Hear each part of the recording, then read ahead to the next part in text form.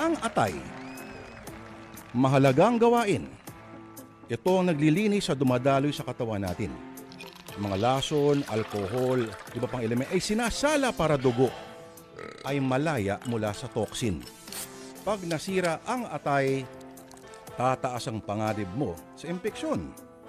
Magkakahetot-hetot din ang blood sugar mo at iba pang negatibong reaksyon. At sunod itong yayariin ng kidney, puso at baga mo rin, ganun.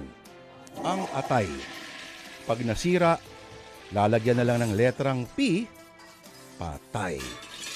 Kaya sa mga atay na napinsala, palagi naghahanap ng donasyon at liver transplant na ang kinakailangan mo ngayon.